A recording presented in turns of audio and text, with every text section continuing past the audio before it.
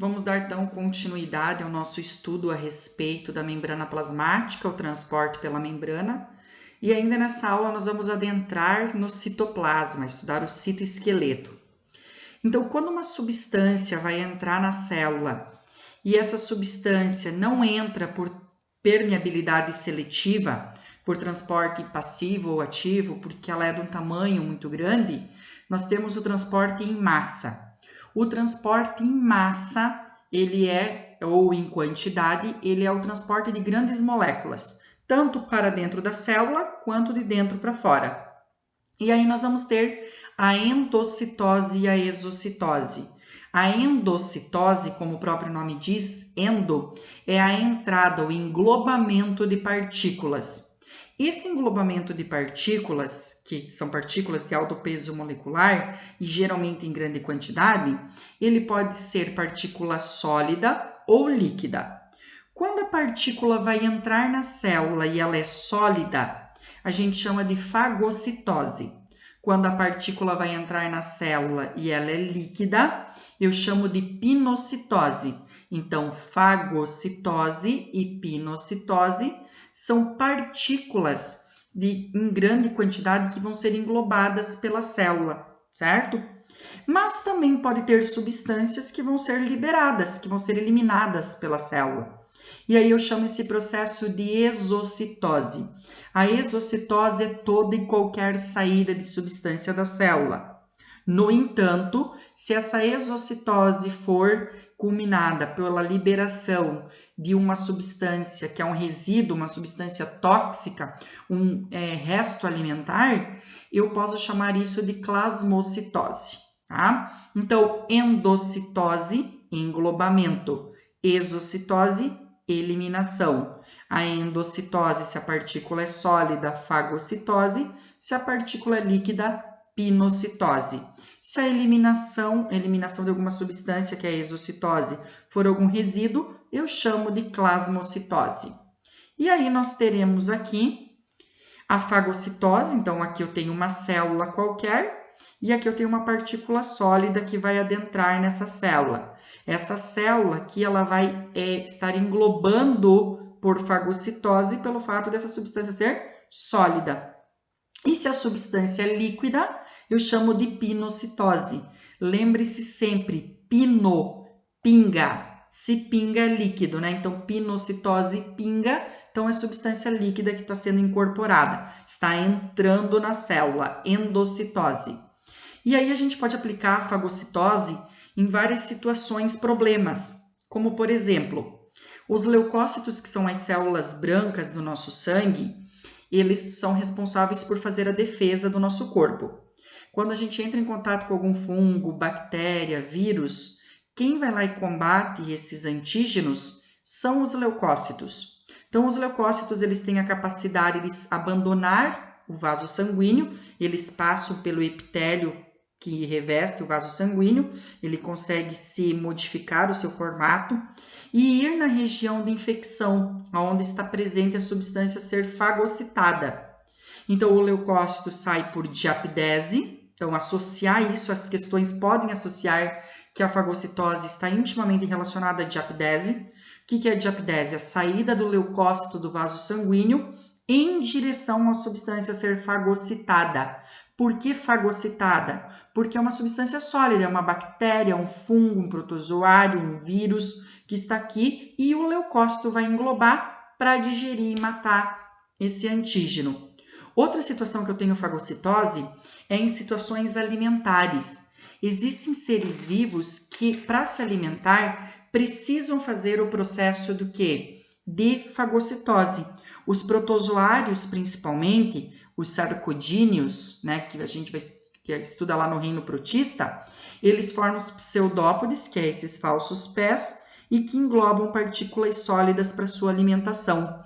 Então, a fagocitose ela pode estar relacionada à alimentação da célula, então entra a substância que vai ser digerida, ou pode ser de defesa, quando o leucócito vai lá para defender o nosso organismo, ou ainda alimentar em alguns tipos de seres vivos unicelulares, certo? Quando a substância ela é fagocitada, ela entra na célula e leva um pedaço dela da membrana plasmática.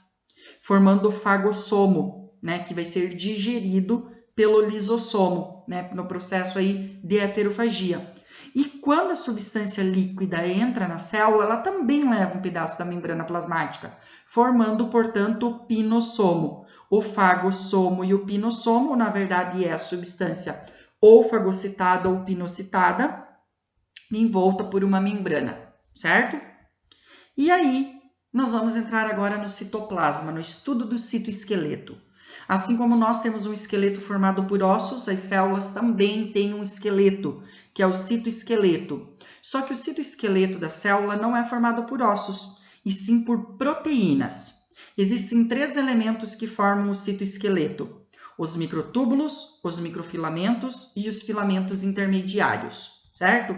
Então, observem aqui. Aqui em azul eu tenho a membrana plasmática, tá? E esse emaranhado que vocês estão vendo aqui, ó, é o citoesqueleto, formado pelo filamento intermediário, microtúbulo ou microfilamento.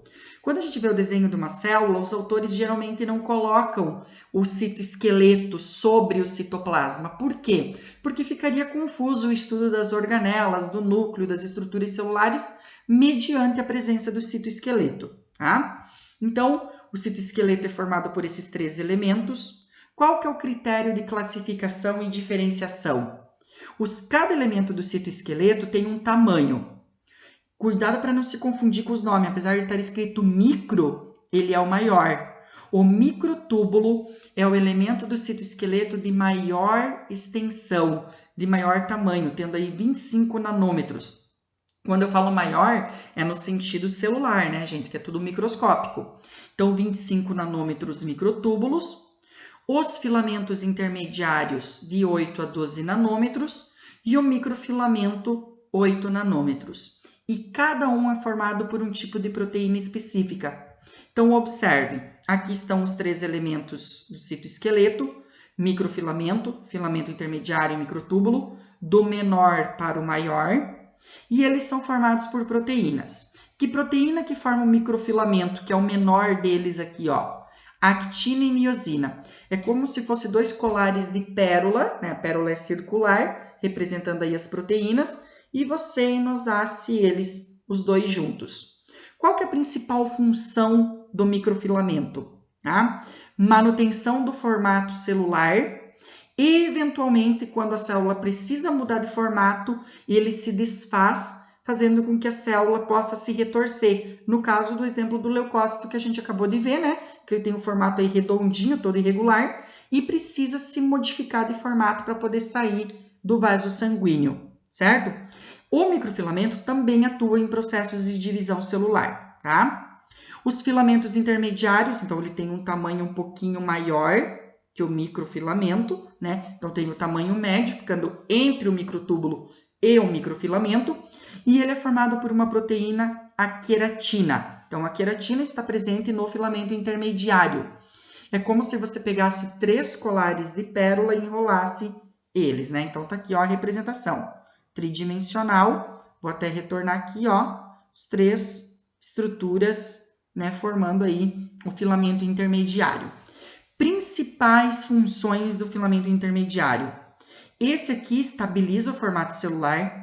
Tem células que se formam quando ainda a gente está na barriga da mãe, no período gestacional, e que vão compor órgãos e não podem mudar de formato, porque está dando estrutura para o órgão. Então, ele impede a mudança de formato. Ancoragem do núcleo e organelas. É o filamento intermediário que segura o retículo endoplasmático, o complexo de Golgi, o núcleo paradinho lá no citoplasma, para que eles não se movimentem, não dando problema para o metabolismo, funcionamento celular, e também atuam na divisão celular. Observem que os 3 elementos têm ligação e atuam na divisão celular, tá?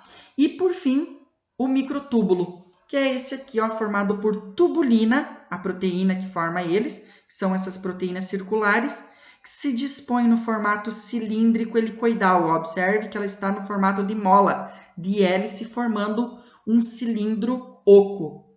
Ele vai ser responsável pela formação dos cílios e flagelos, né, que vão ser estruturas para movimentação, então vai estar presente auxiliando na formação aí também do centríolo. movimentação de vesículas e substâncias dentro das células, por exemplo, as que saem do retículo, indo em direção ao complexo de Golgi, e também atuam na divisão celular. Apesar dos três estarem relacionados com a divisão celular, o que está intimamente e aprofundadamente ligado à divisão celular é o microtúbulo. É ele que forma as fibras do fuso, certo? Que vão sair lá dos centríolos e se ligar aos cromossomos no processo de divisão. Então, do que é formado basicamente o citoesqueleto? Proteína.